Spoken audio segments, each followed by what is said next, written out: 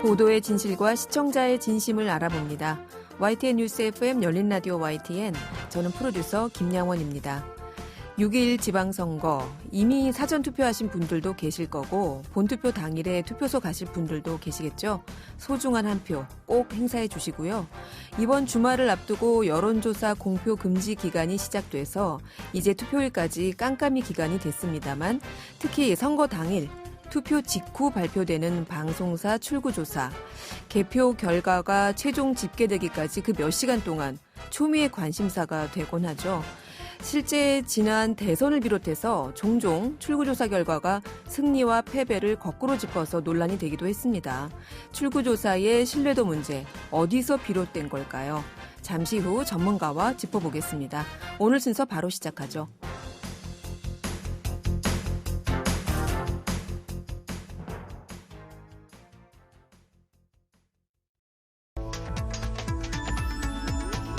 미디어가 전하는 이슈에 대한 다양한 분석과 팩트체크까지 바로 보고 뒤집어 보고 꼭꼭 씹어보기 위한 미디어 비평 프로그램 열린 라디오 YTN.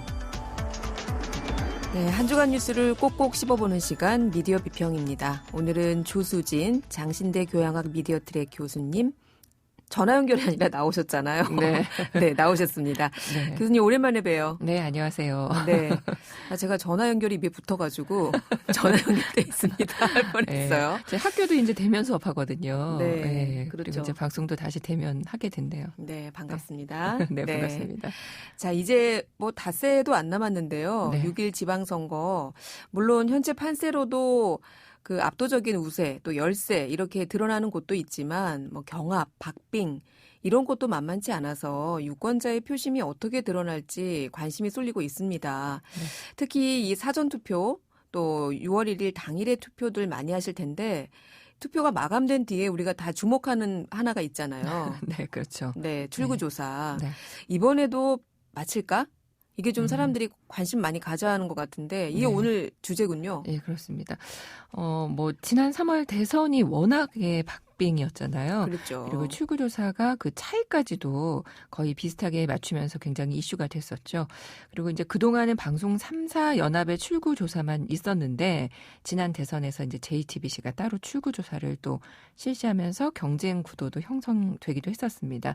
뭐 두 결과 모두 오차범위 아니었긴 했지만 이게 이제 결과가 반대여서 희비가 엇갈렸었죠. 네, 방송사 출구조사가 바로 투표 결과다. 네. 예전엔 이랬잖아요. 그렇죠. 네, 네. 근데 이 공식이 언제부턴가 깨지기 시작을 했어요. 네. 이 여론조사의 근간은 아무래도 신뢰도가 아닐까 싶은데 믿을 수 없다. 이렇게 된 원인이 뭘까요? 그래서 이제 뭐 여러 가지가 있겠지만 지난 대선에서 정반대 그 두 개의 이제 출구조사 결과가 나왔잖아요. 네. 근데 이제 전문가들의 분석은 보정 과정에 있었지 않았나 하는 그런 분석이 이제 많은데요. 네. 이번 대선이 뭐 초박빙이었고 거기에 사전 투표라는 게 있잖아요. 그래서 사전 투표는 선거법상 출구조사가 안 됩니다. 그러니까 어려운 거죠. 근데 이제 지난 대선이 사전 투표율이 역대 최고였죠. 매우 높았죠. 36.93%였거든요. 네. 역대 최고의 사전 투표율을 보였습니다. 그래서 이게 이제 출구조사가 안 되다 보니까 다른 방법으로 조사 예측한 후에 그 예상 득표율을 산출해서 선거 당일 최종 출구조사 그 조사 결과를 보정을 하게 되는 거거든요. 근데 이제 이번에 KBS, MBC, SBS 지상파 3사와 한국방송협회가 구성한 공동예측조사위원회 KEP라고 하는데요. 네. 여기서 사전투표가 끝난 직후에 여론조사 공표 금지 기간 동안 이틀에 걸쳐서 10,000명의 샘플 전화 조사를 실시를 했습니다. 이제 이때는 이제 공표 금지 기간이기도 하고 그래서 누구를 찍었는지는 직접 묻는 건 안 되거든요. 사전 투표는. 네. 그래서 사전 투표인지 본 투표인지 그리고 지지 후보를 묻는 것 이거는 좀 가능하거든요. 그래서 사실 10,000명 전화 조사하는 거 비용 들잖아요. 이것도 어마어마할 것 그렇죠. 같아요. 예. 네. 근데 돈을 들여 이렇게 조사를 하는데 공표 금지 기간이기 때문에 방송에는 또 활용을 할 수 없단 말이에요. 그러네요. 예, 그럼에도 지난 그 2020년 총선에서 출구조사가 맞지 않았던 게 많았기 때문에 네. 이번에는 비용을 들여서더라도 들여서라도 좀 정확도를 높이는 게 필요했을 겁니다. 그런다 해도 맞지 않았다면 만약에 그렇다면 아마 출구조사 무용론이 불거져서 앞으로는 참 이게 참 어려웠을 겁니다. 네. 근데 이제 조사하는 방송사들 입장에서도 그래서 아마 이번에 하면서 비용도 비용이지만 굉장히 이렇게 모험 또 위기의식 이런 것들이 좀 있었을 겁니다. 네, 잠깐 언급하셨지만 지난 2020년에 21대 국회의원 선거에서도 이 출구조사를 했는데 예측이 좀 엇나간 곳이 많았었잖아요. 네, 그렇습니다. 네. 그 당시 선거 이후에 분석한 이제 논문 자료에 보면은 당시 21대 국회의원 선거가 그 이전과 비교해서 사전투표 도입 이후에 네. 또 그때는 또 그때 사전투표율이 높았기 때문에 그 출구조사 결과만을 이용한 예측에 편향이 발생한 것으로 그렇게 분석을 합니다. 네. 그러니까 사전투표율이 참 어려운 거죠, 이게. 그렇죠. 예, 예측하기가. 그래서 사전투표율이 높다 보니까 출구조사 투표자가 전체 투표에 대해서 대표성을 좀 갖기 어려웠던 게 아닌가. 이런 분석들이 좀 있습니다. 네, 요즘에는 특히 이런 젊은 층들 사이에서 투표 당일에는 뭐 가족 여행을 간다든가 네. 이렇게 개인적인 시간으로 활용을 하고 직장 근무하는 이 주중에 사전 투표를 하는 경우가 그냥 어떤 일반적으로. 자리 잡았어요. 네, 예, 맞아요. 일반화됐어요. 이러다 네. 보니까 사전 투표에 대한 그 내용이 포함되지 않아서는 사실은 이게 반쪽짜리 조사밖에 되기 십상인 이런 네. 상태인데 이런 부분들이 원인이다 이렇게 분석을 해주셨네요. 네. 자, 그럼에도 불구하고 이제는 정말 당연한 것이 된 출구조사. 이거 언제부터 이렇게 출구조사를 우리가 실시한 거예요? 네. 이게 이제 출구조사라는 게 공직선거법 제 167조에 규정이 돼 있는데요. 네. 그 투표소로부터 일정 거리를 두고 배치된 조사원들이 투표를 마치고 나오는 유권자들에게 질의한 결과를 취합하는 게 이제 출구조사인데 네. 우리나라는 2000년 16대 국회의원 선거에서 최초로 전국 단위 출구조사를 실시를 했습니다. 20년 조금 넘은 거죠. 그러니까. 네. 또 2010년 제5회 동시 지방선거부터 아까 이제 말씀드린 대로 KBS, MBC, SBS 지상파 방송사와 방송협회가 구성한 KEP 방송사 공동예측조사위원회를 통해서 출구조사를 실시하고 있습니다. 워낙에 이제 또 비용이 많이 들다 보니까 연합해서 하는 게 더 효과적이겠죠. 출구조사는 이제 2단계로 이루어진다라고 보이는데요. 네.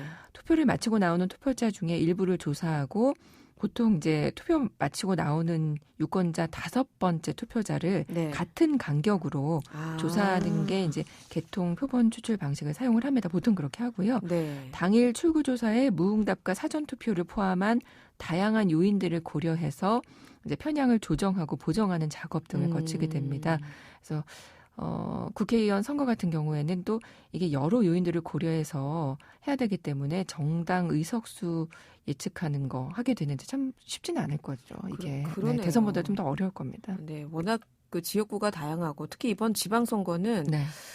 우리도 보면은 막 시의원도 해야 되고 되게 투표용지도 여러 개여서 여러 개, 예. 이걸 다 예측하는 게 과연 좀 쉽진 않겠다 이런 생각을 드네요. 네. 이번 지방선거에서도 역시 출구조사 지금 되겠죠? 네, 뭐 지상파 3사는 광역자치단체장 그리고 교육감 출구조사 실시하고요. JTBC는 서울시장, 경기도지사 출구조사하고 나머지 15개 광역자치단체장에 대해서는 전화 여론조사 실시하기로 했습니다. 이렇게 좀 이번에는 좀 서로 분담해서 하나 보죠? 이게 워낙에 비용도 많이 들고 이게 아마 정확도 하는 게 쉽지 않을 거예요. 네.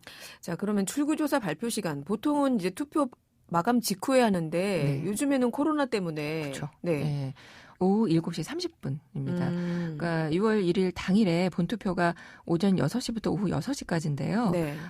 이후에 이제 오후 6시 30분부터 7시 30분까지 코로나19 확진자 유권자 투표가 실시되거든요. 그래서 네. 그 이후에 발표를 합니다. 자, 그런데 사실 그 지난 대선 때는 요거를 못 지킨 방송사가 있었어요. 엠바고라고 하는데 네. 요거 안 지키고 먼저 보도했잖아요. 네, 그렇죠. MBN인데 네. 이게 이제 정부의 뭐 공식 요청 이런 건 아니지만 아까도 말씀드린 것처럼 출구조사하는데 비용이 많이 듭니다. 그래서 참여하지 않은 방송사는 결과 발표를 10분 이내에 해서는 안 되는 거거든요. 그러니까 네. 10분이 지난 다음에 해야 돼요. 네. 근데 이제 MBN이 종합뉴스에서 지상파 3사가 요청한 인용 보도 원칙 그러니까 발표 10분 후에 보도하라라는 그 원칙을 깨고 지상파 3사 발표 직후에 해버린 거죠. 네. 그래서 이걸 이제 알아채고 한국방송협회 산하 그 방송사 공동예측조사위원회가 네. 대응 방안을 검토를 했고요. 2달 동안 MBN이 앵커 실수였다라는 점을 인정한 것을 고려해서 닷새 동안 그 사과문을 방송사 홈페이지에 게재하는 수준으로 그냥 수용했습니다. 네. 자, 이렇게 점점 참 변수도 많아지고 뭐 사전투표 그까지 포함해서요. 네. 이런 변수들을 고려해야 하는 출구조사.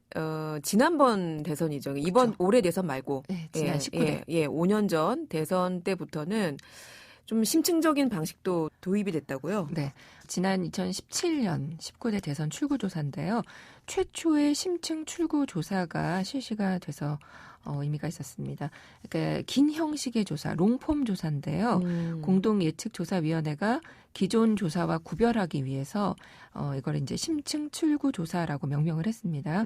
여기에는 지지 후보뿐만 아니라 그동안 이제 이것만 물어봤는데 이거 외에도 투표 결정 요인이라든가 정치 성향, 차기 정부의 과제, 인구 사회학적 문항 이런 것들이 포함이 됐습니다. 19대 대선 때는 그래서 숏폼과 롱폼이 독립적인 표본으로 조사가 됐고요. 숏폼으로 그 산출된 가중치를 롱폼 결과에 적용해서 그 숏폼의 정확도를 따르도록 했습니다. 19대 대선 출구 조사 결과를 또 분석한 연구가 있는데요. 투표자 연령과 지역 요인이 후보자 지지율에 결정적인 영향을 미쳤고 또 투표자 정치 성향은 투표 결정 요인과 또 차기 정부 과제 우선순위에 가장 중요하게 영향을 준 것으로 나타났습니다. 네. 그래서 우리가 이제 출구조사를 하는 목적 자체가 뭐 결과 예측이 가장 크겠죠. 네. 크겠지만 후보자나 정당에 대한 투표자인 대중들의 뭐 정치 이념 성향이라든가 우리 사회 이슈에 대한 진단을 해볼 수 있다라는 그런 의미도 사실 있는 거거든요. 그래서 이제 이런 분석들이 필요할 텐데요. 이번 지방선거 출구조사를 지켜보면서도 이런 이제 우리 사회 고민들이 아마 좀 묻어나갈 거라고 생각이 들고요. 그러길 바랍니다. 그리고 더 나가서 이제 계속 지적되고 있는 선거 여론조사 문제 계속 지적이 됐잖아요. 네. 여론조사 보도 방식의 문제도 우리 언론이 더 고민하고 역할을 다하길 바랍니다. 유권자들이 사실 여론조사에 관심이 많고 주목도가 높다 보니까 언론이 선정적이거나 신뢰할 만한 조사와 그렇지 않은 것들을 구분하지 못하고 무분별하게 사용하는 문제 계속해서 사실 지적이 됐습니다. 아마 이 시간에도 지적 많이 하셨을 것 같아요. 네. 여론조사 결과가 보도되면 유력한 후보에게 관심이 쏠리는 밴드웨건 효과, 또 반대로 열세한 후보에게 관심을 돌리게 되는 언더독 효과 이런 것들이 있는데 이런 것들이 나타날 수 있거든요. 그래서 영향을 주기 때문에 언론의 역할이 굉장히 중요한 겁니다. 그래서 과연 여론조사가 여론을 제대로 반영하고 있는지 좀 심각하게 고민하고 되돌아봐야 할 때라고 생각이 됩니다. 이번 지방선거를 앞두고도 이재명 후보 같은 경우에 20%도 응답률이 안 되는 조사가 이게 과연 믿을 수 있는가 이런 말씀을 하시기도 했어요. 네. 그래서 여론조사 그리고 또 출구조사 이거에 대한 신뢰도 부분에 많은 분들이 퀘스천 마크를 갖고 계실 텐데 자, 이번 선거에서는 어떤 출구조사 결과가 나올지 그리고 과연 적중할지 오늘 한번 짚어보는 시간 가져봤습니다. 투표 꼭 하시고요. 저희는 이번 출구조사의 결과가 어땠는지는 선거 끝나고 한번 또 교수님과 네. 짚어보도록 하겠습니다. 네, 오늘 말씀 고맙습니다. 네, 고맙습니다. 네, 지금까지 조수진 장신대 교양학 미디어 트랙 교수였습니다. 진실을 전합니다. 진심을 다합니다. 시청자 여러분의 목소리에 귀 기울이는 YTN 뉴스 FM 열린 라디오 YTN 토요일 저녁 8시 20분과 일요일 밤 11시 20분에 방송됩니다. 네, 이번에는 YTN 라디오 프로그램들을 모니터링하고 평가해 보겠습니다. 오늘은 박채린 시청자 평가원 전화 연결돼 있습니다. 평가원님 안녕하세요. 네, 안녕하세요. 네, 이번 주에는 어떤 프로그램 모니터링 하셨나요? 네, 이번 주에 매주 평일 오후 1시부터 2시까지 방송하는 이슈앤피플을 들었습니다. 5월 9일부터 20일까지 총 2주간이 방송을 들었습니다. 네, 어떤 내용을 중점적으로 모니터링 하셨을까요? 네, 모니터 기간이 지방선거를 2, 3주 정도 앞둔 때였기 때문에 지방선거를 얼마나 다루고 어디에 관심을 두고 있는지 살펴봤습니다. 2주 동안 지방선거 관련 내용이 언급된 방송은 총 6회였습니다. 총 10일 중에 6일치 방송에서 지방선거 내용을 접할 수 있었다는 건데요. 많아 보일 수 있습니다. 하지만 그 내용을 살펴보면 지방 없는 지방선거 방송이었다고 요약할 수밖에 없을 것 같습니다. 먼저 서울, 경기 외의 지방의 이슈를 다룬 적이 한 번도 없었습니다. 5월 17일 더불어민주당 송영길 서울시장 후보 인터뷰, 5월 20일 김동연 경기지사 후보 인터뷰를 제외하고 보궐선거에 출마한 이재명 선거대책위원장이나 경기지사에 출마한 강용석 무소속 후보에게 당시 당선자 신분이었던 윤석열 대통령이 전화를 걸어 선거에 개입했다는 의혹 등에 초점을 둔 내용이 상당수였습니다. 그 외에 5월 16일 민주당 박완주 의원 성추문 사건 등을 보도하면서 지방선거에 영향을 줄 수 있다 정도로 언급한 게 전부입니다. 지방선거 보도가 아니라 논란이 되는 전국 이슈에 관한 뉴스라고 보는 게 더 맞을 것 같습니다. 이번 지방선거를 두고 대선 2라운드라는 분석이 나오는데요. 지난 대선에 출마했던 유력 정치인에 관심이 쏠릴 수는 있습니다. 하지만 이번 지방선거에 출마한 후보는 7천여 명이고 선출될 정치인은 4천여 명이 넘습니다. 그런데도 특정 인물이나 지역에만 관심을 둔 점은 아쉬울 수밖에 없습니다. YTN 라디오 홈페이지의 회사 소개란을 보면 방송 균형 발전 및 지역성 실현을 통한 지상파 방송의 공적 가치를 위해 최선을 다하겠다는 목표가 적혀 있습니다. 하지만 이슈앤피플의 지난 2주간 지방선거 보도는 그러한 목표를 고려하지 않고 있는 것 같았습니다. 네. 또 짚어볼 내용은 어떤 게 있을까요? 이슈앤피플에서는 하루에 가장 중요한 이슈 4가지를 요약해서 전해주는 코너가 있는데요. 그런데 코너 취지와 달리 중요도가 낮은 뉴스가 선정된 경우를 종종 보았습니다. 5월 10일 방송에서 치킨 2마리에 10만 원이라는 뉴스를 보도했습니다. 특정되지 않은 한 온라인 커뮤니티의 게시글을 출처로 했고요. 한국이 아니라 미국에서 배달료 등이 포함된 치킨 2마리 가격이 10만 원이었다는 내용에 전 세계적으로 물가가 오르고 있다는 우려를 덧붙여서 소개를 했습니다. 첫 번째로 지적할 만한 건 커뮤니티 게시글에 달린 미국 물가를 고려하면 비싸지 않다. 바가지를 씌운 것으로 보여 비싸다 등 서로 다른 의견의 댓글을 소개했는데요. 하지만 한국과 다른 상황을 고려해서 비싼 게 맞는지 아닌지 명확하게 확인을 해주지 않았습니다. 비싸다고 봐도 되는 가격인지 비싸다면 그 원인은 무엇인지 등을 확인하지 않았다면 사소한 내용이라고 해도 보도해선 안 됐습니다. 또한 미국에서 치킨 2마리가 10만 원에 초점을 맞춘 이 뉴스가 꼭 알아야 할 이슈 4가지로 볼 수 있는 것인지도 의문이 들었습니다.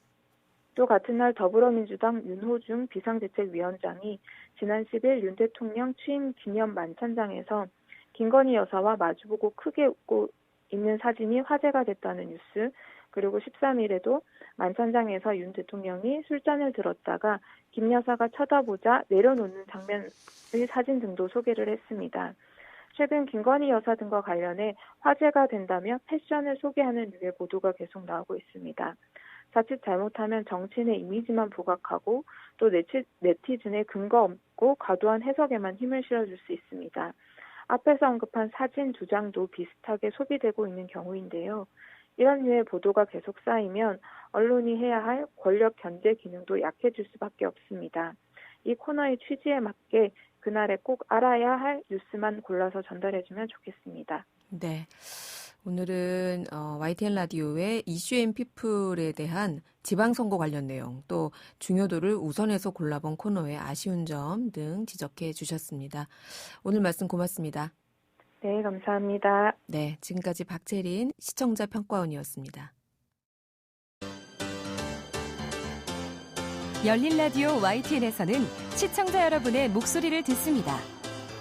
참여 신청과 의견은 유료 문자 샵 0945, 우물정 0945나 YTN 라디오 프로그램 열린 라디오 YTN 게시판을 통해 남겨주세요.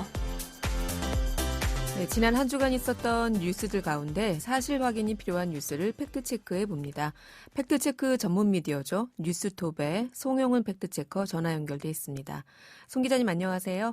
네, 안녕하세요. 네, 오늘 첫 번째로 팩트체크해 볼 주제 무엇인가요?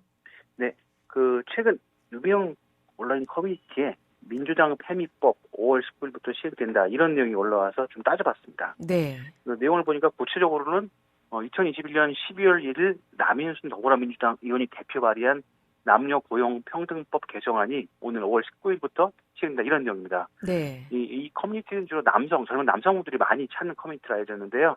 이 게시글은 하루 만에 조회수 4만 회, 추천수 1,500개 이상, 그리고 400개의 댓글이 달렸습니다. 반향이 컸다는 얘기죠. 네. 게다가 이 게시물에 근거라면서 남인순 의원 남녀고용평등법 대표 발의라는 제목의 기사와 공대생층 우대했다가 성차별 철퇴 맞을라 이런 제목의 언론 보도 기사 이미지를 첨부해서 좀 더 신빙성을 높였습니다. 이 게시물이 주장하는 바를 좀 정리를 해봤는데 크게 두 가지였습니다.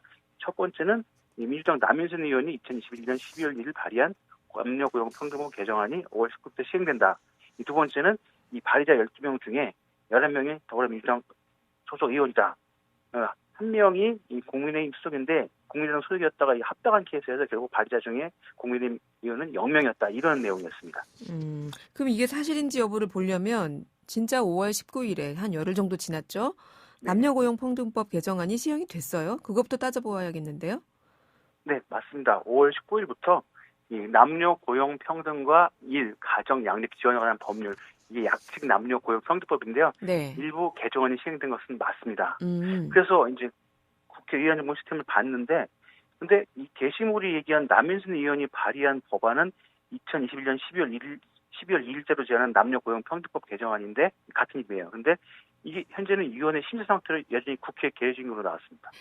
19일부터 남녀고용평등법 개정안이 시행된 것은 맞는데 네. 남인순 의원이 발의한 법은 아니라는 거네요.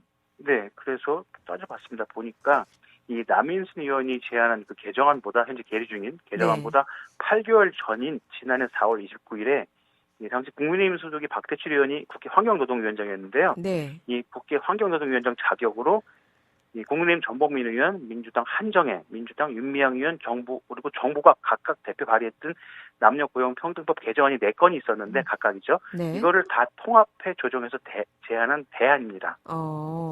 네, 그러니까 4가지 법안을 합쳐서 이제 환경노동위원회 자격으로 발의했던 내용이고요. 네. 이 주요 내용은 이걸 다 정리한 내용인데 고용상의 성차별 등에 대해서 근로자가 노동위원회에 시정 신청을 할 수 있도록 이 구제 절차를 마련하고 이게 한 가지고요. 또 하나는 육아휴직 대상을 임신 중인 근로자까지 포함하는 등 이 근로자의 권익 강화에 필요한 조치 마련 이 내용이 크게 큰 내용이고요. 네.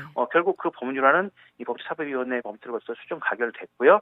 이후 본회의를 통과해 2021년 5월 18일 최종 공포됐습니다. 그리고 이제 1년 뒤인 이번 5월 19일 날 이제 시행이 된 거죠.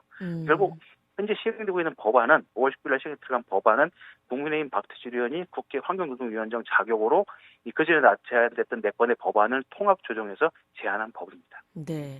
발의자가 모두 민주당 의원이다. 이 부분은 어떻습니까?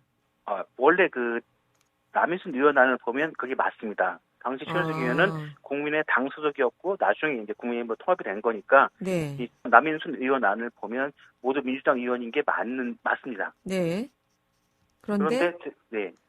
이 개전자가 법이? 틀린 거죠. 그러네요. 이번에 시행된 법은 남인순 의원안이 아니고 박대출 의원이 환경노동위원장 자격으로 낸 안인 거죠. 그러니까 두 개가 믹스됐군요, 지금. 네, 그러니까 뭐 착각을 했거나 좀 다른 걸 섞어 놓은 거죠. 그래서 보면 이 현재 시행된 남녀고용평등법 개정안은 박대출 의원이 이 통합 조정안 아니고요. 이 네. 통합 조정 전 안 각각 4개의 안 중에 이제 정부안을 뺀 나머지 3개의 안을 이렇게 그 발의에 참여하신 의원들을 수를 따져보니까 이 전복민 의원 안에는 국민의힘 소속 의원 11명이 참여했고 한정희 의원 안에는 민주당 의원 24명이 참여했고 윤미향 의원 안에는 민주당 의원 16명이 참여했습니다. 결국 이걸 통합한 거니까 따져보면 박대출 환경노동위원장의 최종 안에는 국민의힘과 민주당 소속 의원이 약 1대1로 비율로 참여한 걸로 볼 수 있고요. 의석수를 감안하면 비율상으로 비슷하게 볼 수도 있습니다. 네, 민주당이 워낙 다수니까. 네. 예, 그렇군요. 네. 네. 그래서 저희 팩트체크를 잘 들으셔야 됩니다. 네. 자, 두 번째로 팩트체크해 볼 내용은 어떤 건가요? 네, 요즘 포켓몬빵이라는 그 애니메이션 캐릭터 빵이 아주 굉장히 인기인데요. 야, 이게 아직도 인기예요?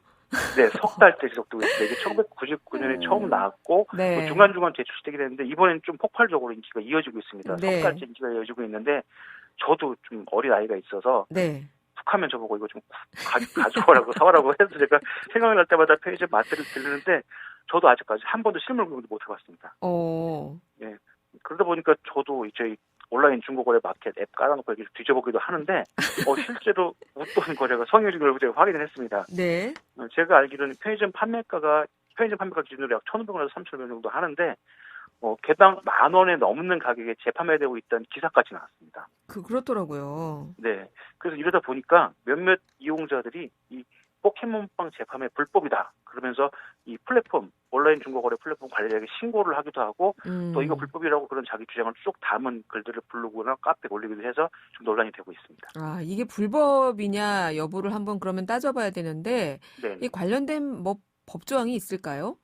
네, 제가 좀 이렇게 요거에 딱 떨어지는 전체 법조항은 없어서 좀 여러 상황에 따라서 마치 따져봤는데요. 네.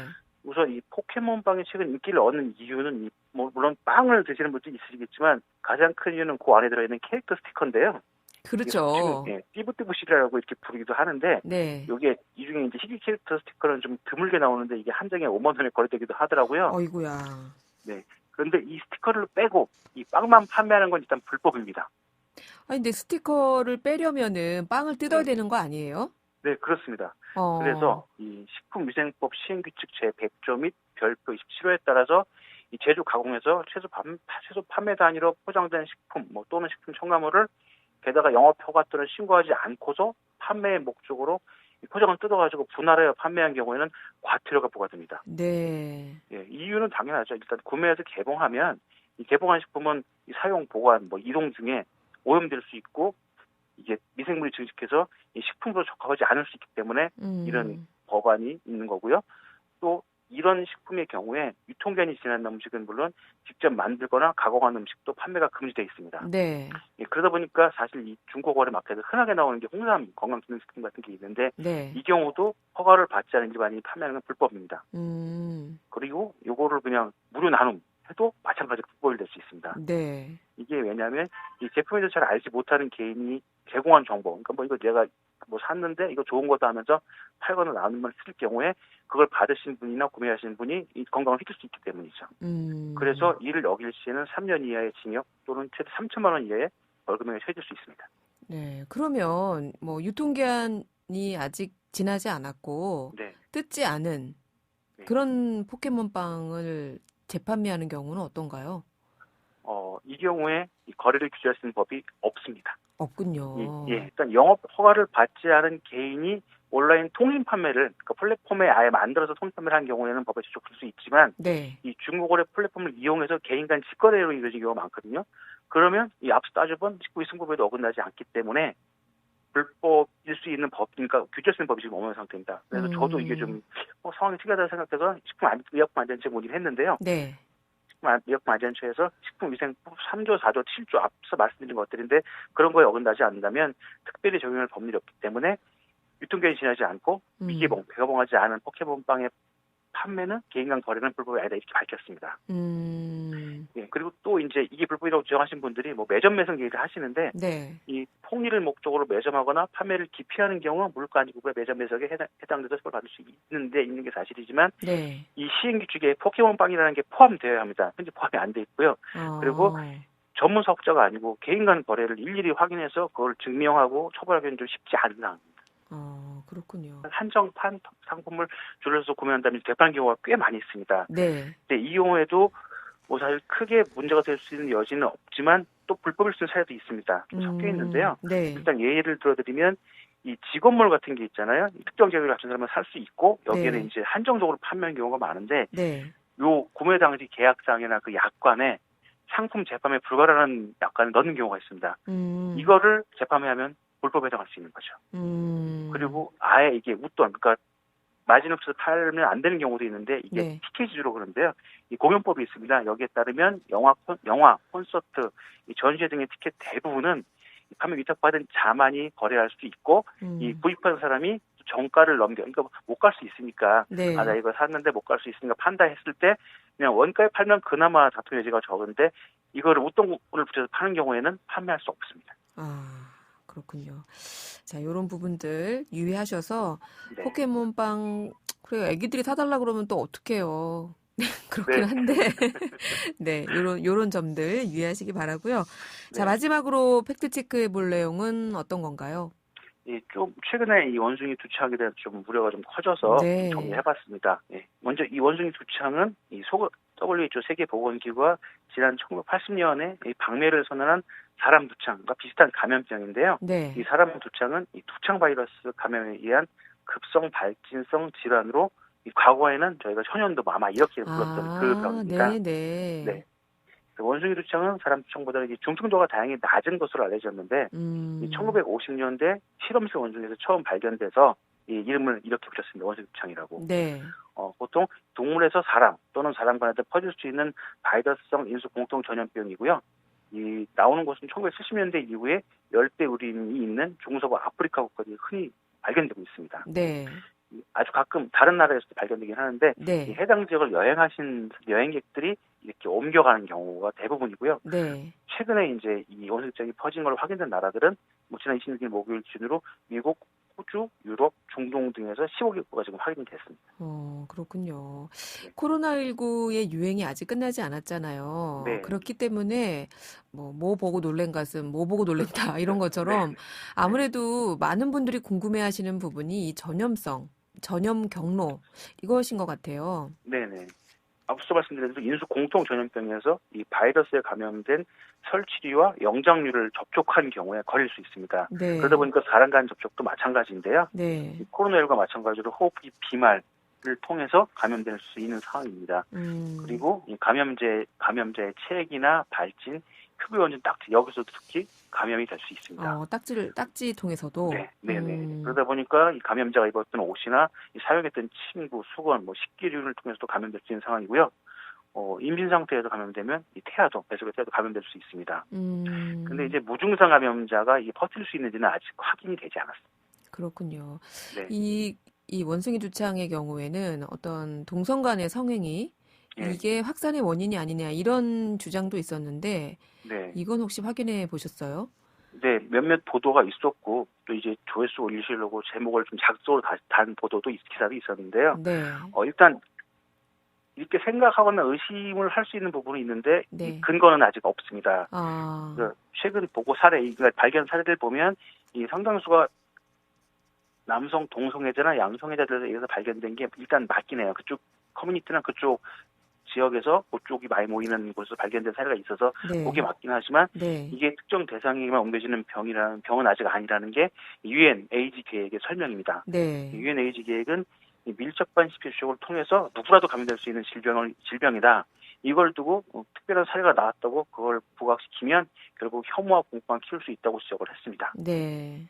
이 WHO 세계보건기구 또한 이 원숭이 두창이 헤르페스나 매독 같은 일부 성병과 유사할 수 있기는 하지만 네. 정액이나 지액을 통한 성적인 전염 공유에 대해서 아직 알려진 바가 없다, 확인된 바가 없다고 밝혔습니다. 네.